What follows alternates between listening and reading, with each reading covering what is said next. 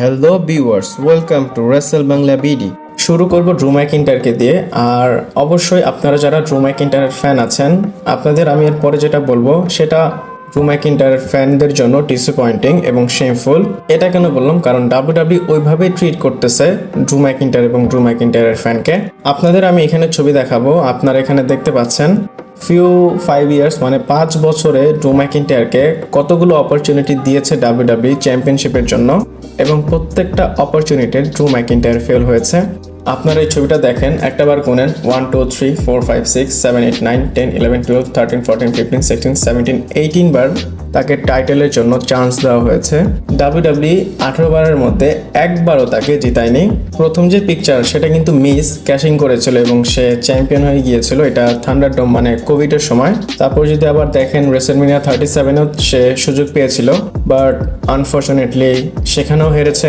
এইখানে সবচেয়ে বেশি চান্স ছিল ক্ল্যাশ ইন ক্যাসেল, এটা ড্রু ম্যাকইন্টারের হোম টাউনে হয়েছিল। এখানে চান্স ছিল ড্রু ম্যাকইন্টার জিতবে, বাট সে সময় ডেবিউ হয় সোলো সিকোয়ার। তারপর আবার যখন রেসেলমেনিয়াতে তার একটা চ্যাম্পিয়নশিপের জন্য ম্যাচ হয়েছিল গুন্থার, শেমাচ অ্যান্ড ড্রু ম্যাকইন্টারের মধ্যে, আমি ভেবেছিলাম সে জিতবে, বাট সেখানেও সে হেরেছে। তারপর ক্রাউন জুয়েলে আবার হেরে গেল সেথ রোলিন্সের এগেইনস্টে। তারপর ডেমিয়ান প্রিস্ট কয়েকবার তাকে হারিয়েছে। এছাড়াও ইউএস টাইটেলের জন্য তাকে অপরচুনিটি দেওয়া হয়েছিল, সেখানেও সে হেরেছে। আর লাস্টে রেসেলপোলোজা এবং মেইন ইভেন্টে মানে স্যাটারডে নাইট মেইন ইভেন্টে সে হেরে গেল। এই যে 4-5 বছর যে ট্রিটমেন্টটা ডাব্লিউডাব্লিউ করেছে ড্রু ম্যাকইন্টারকে, এটা কি আপনাদের পছন্দ হয়েছে? আমার একদমই পছন্দ হয়নি। এত ট্যালেন্টেড একটা সুপারস্টারকে ডাব্লিউডাব্লিউ অপরচুনিটি দিচ্ছে না।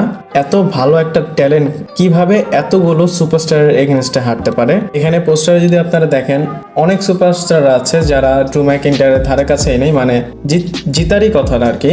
আমি তো বলবো ডেমিয়ান প্রিস্টের থেকে বেটার ড্রু ম্যাকইন্টার। তারপর বিগি আছে এবং গুন্থার আছে, অনেক সুপারস্টার আছে যাদের থেকে ভালো হচ্ছে ড্রু ম্যাকইন্টার। হ্যাঁ, আমি এদেরকে ছোট করছি না, তারাও ট্যালেন্টেড, কিন্তু তাদের থেকে বেটার ড্রু ম্যাকইন্টার। ড্রু ম্যাকইন্টার অনেক কাজ করেছে, সে হার্ডওয়ার্ক করেছে, সে নিজেকে এস্টাবলিশ করেছে, সে অ্যাটলিস্ট একটা টাইটেল রান পায়, মানে সে ডিজার্ভ করে। বাট 5 বছরে কিছুই হচ্ছে না। যদি ভিন্স ম্যাকম্যান থাকতো এই 5 বছরে, ড্রু ম্যাকইন্টার ভালো কিছু একটা করতো, কারণ ভিন্স ম্যাকম্যানের সময় সে চ্যাম্পিয়ন হয়েছিল লাস্ট টাইম, মানে ব্রক লেসনারের এগেইনস্টে। একটাবার চিন্তা করে দেখেন।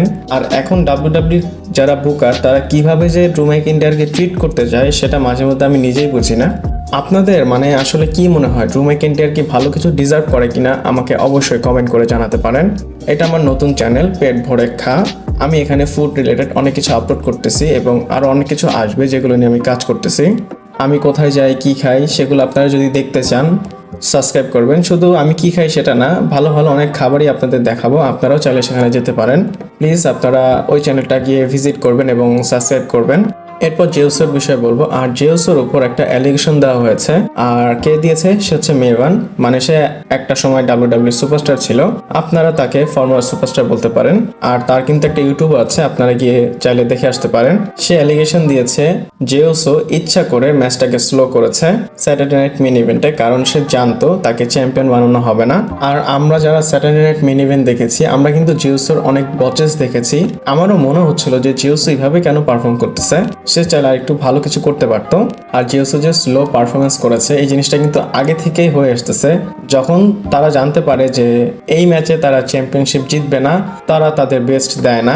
আবার আরেকটা জিনিস বলতে পারেন, জেউসও তো বচ করবেই, সে যদি বচ না করে তাহলে তার ম্যাচ কি মজা হবে? আমার তো মানে অভ্যাস হয়ে গিয়েছে জেউসোর ম্যাচ দেখে, সে একটা না একটা বচ করতেই থাকে। আমার অ্যাকর্ডিং মেভিন যেটা বলেছে সেটা ঠিক আছে। আপনাদের কি মনে হয় আমাকে কমেন্ট করে জানাতে পারেন। এরপর আমরা ব্রক লেসনারের বিষয় বলবো। প্রশ্ন হচ্ছে, ব্রক লেসনার কি এখন এক্সপেক্টেড আছে সার্ভাইভাল সিরিজ ওয়ার গেমের জন্য? এটার অ্যান্সার যদি আমি দেই, হ্যাঁ ভাই, এটার অ্যান্সার হচ্ছে ইয়েস। আপনারা স্টিল এক্সপেক্ট করতে পারেন ব্রক লেসনারকে। আর একটা জিনিস বলি, আমার মাথায় ঘুরতেছে, যদি ব্রক লেসনার সার্ভাইভাল সিরিজে আসে তাহলে তাকে কেন পোস্টারে এখনো দেওয়া হচ্ছে না? যদি ডাব্লিউডাব্লিউ আসলেই তাকে নিয়ে প্ল্যান করতো তাহলে হয়তো ডাব্লিউডাব্লিউ তাকে পোস্টারে দিত। আর একটা জিনিস আছে, ডাব্লিউডাব্লিউ স্পয়েল করতে চায় না, তারা লাস্ট পর্যন্ত ওয়েট করে। এটা আমার নিজের ওপিনিয়ন, আপনাদের ওপিনিয়নও কিন্তু আপনারা জানাতে পারেন। বাট ডেভ মেডিসার যেহেতু বলেছে ব্রক লেসনার এক্সপেক্টেড আছে, মানে সে সার্ভাইভাল সিরিজ ওয়ার গেমে পার্টিসিপেট করবে, আপনারা আশা রাখতে পারেন ব্রক লেসনারকে সার্ভাইভাল সিরিজ ওয়ার গেমে দেখার জন্য। এরপর আমরা কোডি রোডসের বিষয় বলবো। আর কোডি রোডস ইন্টারেস্টেড আছে স্যামি জানকে ফেস করার জন্য। এটা নর্মাল একটা ম্যাচের জন্য না, মানে রেসলম্যানিয়া 42 এর জন্য এটা ভালো হবে। স্যামি জান ভালো কিছু ডিজার্ভ করে, বাট অবশ্যই টাইটেলের জন্য তো সে ম্যাচ করবে না। যদি একটা স্টোরি লাইন দেখানো হয় এখন থেকেই, তাহলে হয়তো রেসলম্যানিয়াতে গিয়ে স্টোরি ফিনিশ করার জন্য একটা ম্যাচ হতে পারে। আমার স্যামি জানকে ভালো লাগে, আমি চাই স্যামি জান একবার হলেও যেন ডাব্লিউডাব্লিউ না, ওয়ার্ল্ড টাইটেল যেটা আছে সিএম পাঙ্কের কাছে সেটা জিতুক। সেটা কিন্তু আসলে স্যামি জানের কাছে স্যুট করবে আমার মনে হয়। আবার আরেক দিক দিয়ে দেখেন, কিছুদিন আগে মানে কালকেই বা পরশু রোমান রেইন্স বলল সে জেউসোর এগেনস্টে রেসলম্যানিয়া 42-তে হারতে চায়। আর এদিক দিয়ে কোডি রোডস বলতেছে আমি স্যামি জানকে ফেস করতে চাই। মনে হয় রেসলম্যানিয়ার জন্য যে ম্যাচটা আসলে ব্রেনে থাকা দরকার ডাব্লিউডাব্লিউ সুপারস্টারের, সেটা নাই। জেউসোর কাছে রোমান রেইন্স হারলে এটা কোনো দিক দিয়ে মানাবে না, আর স্যামি জান যদি হারায় সেটা তো আনবিলিভেবল হয়ে যাবে। আমি এই ম্যাচগুলো এখন দেখতে চাই না, আমি আরও দেখলে 2-3 বছর পর দেখতে চাই। তখন রোমাইনও রিটায়ার হয়ে যাবে, কোডিও রিটায়ার হয়ে যাবে, তখন যে কোনো একটা সুপারস্টার যদি হেরেও যায় কোনো প্রবলেম হবে না, যারা জিতবে তারা পুশ হবে।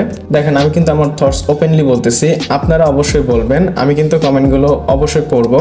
আর হ্যাঁ, এখনও যারা ভিডিও দেখতেছেন চ্যানেলটাকে সাবস্ক্রাইব করবেন। আমাদের 4,500 সাবস্ক্রাইব আছে, আমি চাই 5,000 হয়ে যাক। আর সাবস্ক্রাইব করলে অবশ্যই আপনারা সবার আগে ডাব্লিউডাব্লিউ যত ইনফরমেশন আছে সেটা পেয়ে যাবেন। এরপর আমরা রয়্যাল রাম্বল 2026-এর কথা বলবো, আর অবশ্যই এটা সৌদি আরবিয়া থেকে হবে। আর সার্ভাইভাল সিরিজের পরেই রয়্যাল রাম্বল হবে।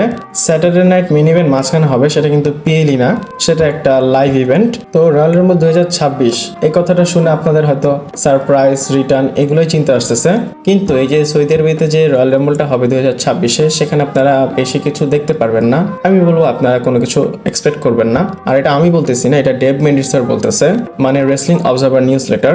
এখানে বলা হচ্ছে ডাব্লিউডাব্লিউ এইবারের রয়্যাল রাম্বলে খুবই কম সারপ্রাইজ রাখবে। আর কেন সারপ্রাইজ রাখবে না, কারণ এটা পসিবল না।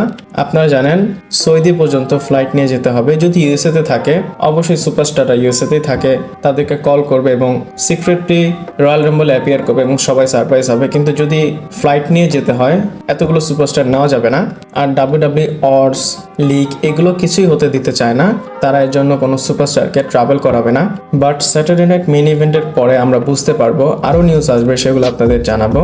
এরপর আমরা জন সিনার বিষয়ে বলবো, আর জন সিনার সাথে কি হতে যাচ্ছিল, মানে অরিজিনাল আইডিয়া কি ছিল, সেটা আমি একদম আপনাদের ক্লিয়ার করব। আর হ্যাঁ, এখনো যারা সাবস্ক্রাইব করেননি প্লিজ চ্যানেলটাকে সাবস্ক্রাইব করবেন।